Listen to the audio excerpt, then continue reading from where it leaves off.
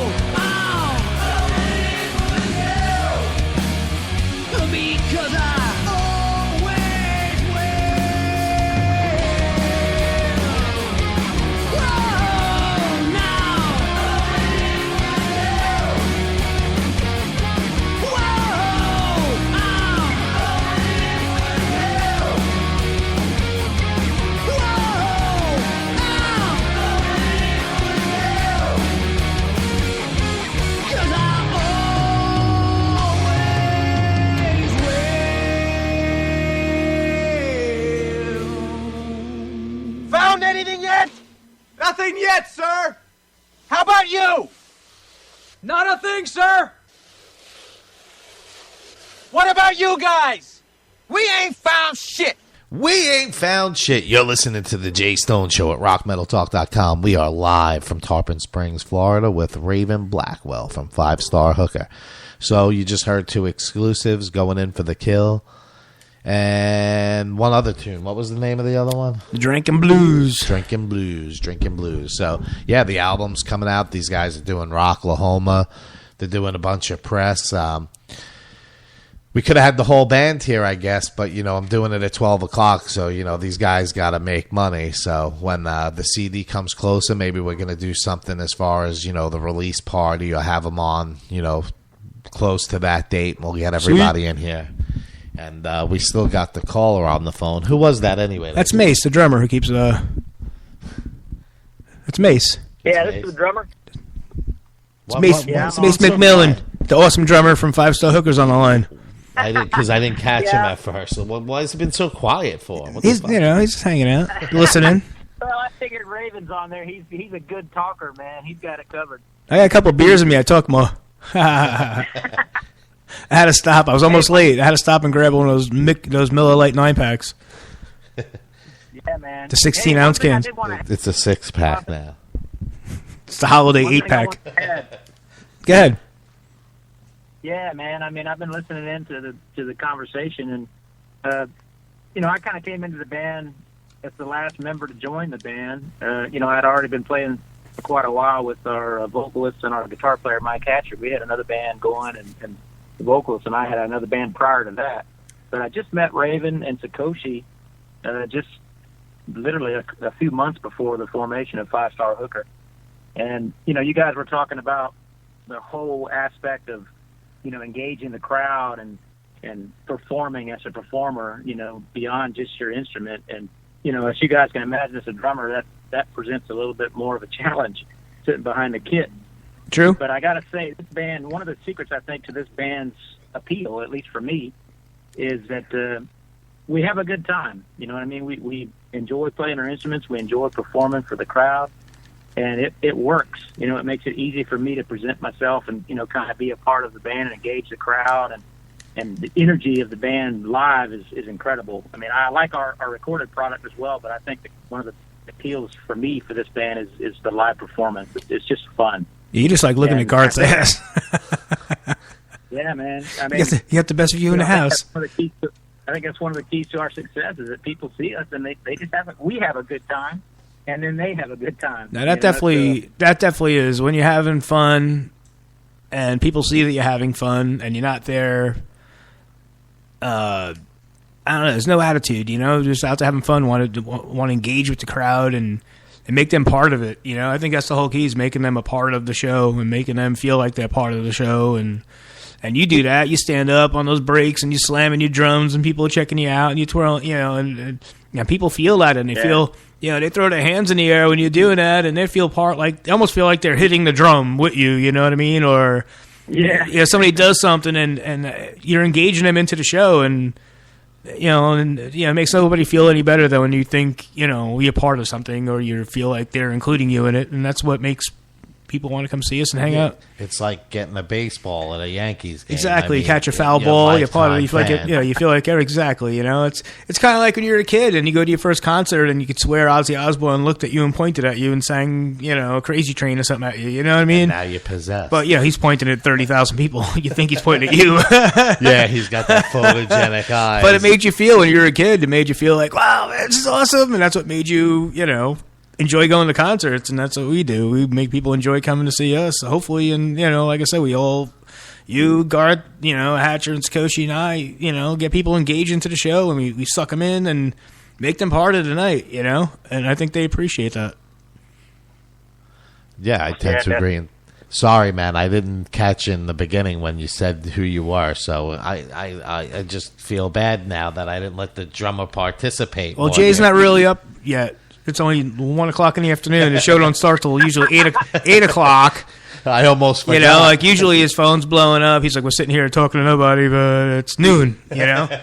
It'll air all day. The only difference is you can't call in. Yeah, later on, yeah. but, So anybody that wants to re-listen to it and hear those exclusive any hot-looking songs. girls that want my phone number, just text Jay, and we'll get it to you. Yeah, I'll get it to you. Or just text me and I'll pretend who it is. But, yeah, no, so that's awesome. I mean...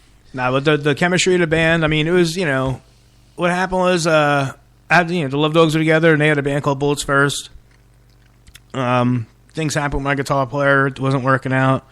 And Hatcher was always a good friend, and we had a show coming up, and I was like, can you come in and fill in for a show? And he's like, yeah. Next thing you know, we got another show. And so Hatcher ended up just like, involuntarily being stuck in the Love Dogs with us. We wouldn't let him go, And then, so that was good. He was playing with both bands. We'd kind of like try and get shows together so he could double bill, play with them, like make it easier. And then Joey got sick and Garth filled in. I asked him, I'm like, dude, you got to fill. He was like, felt uncomfortable kind of. And Right. so we played a Dockin show, and then we played with Bang Tango. And actually, Scott Bittner showed up at the Bang Tango show.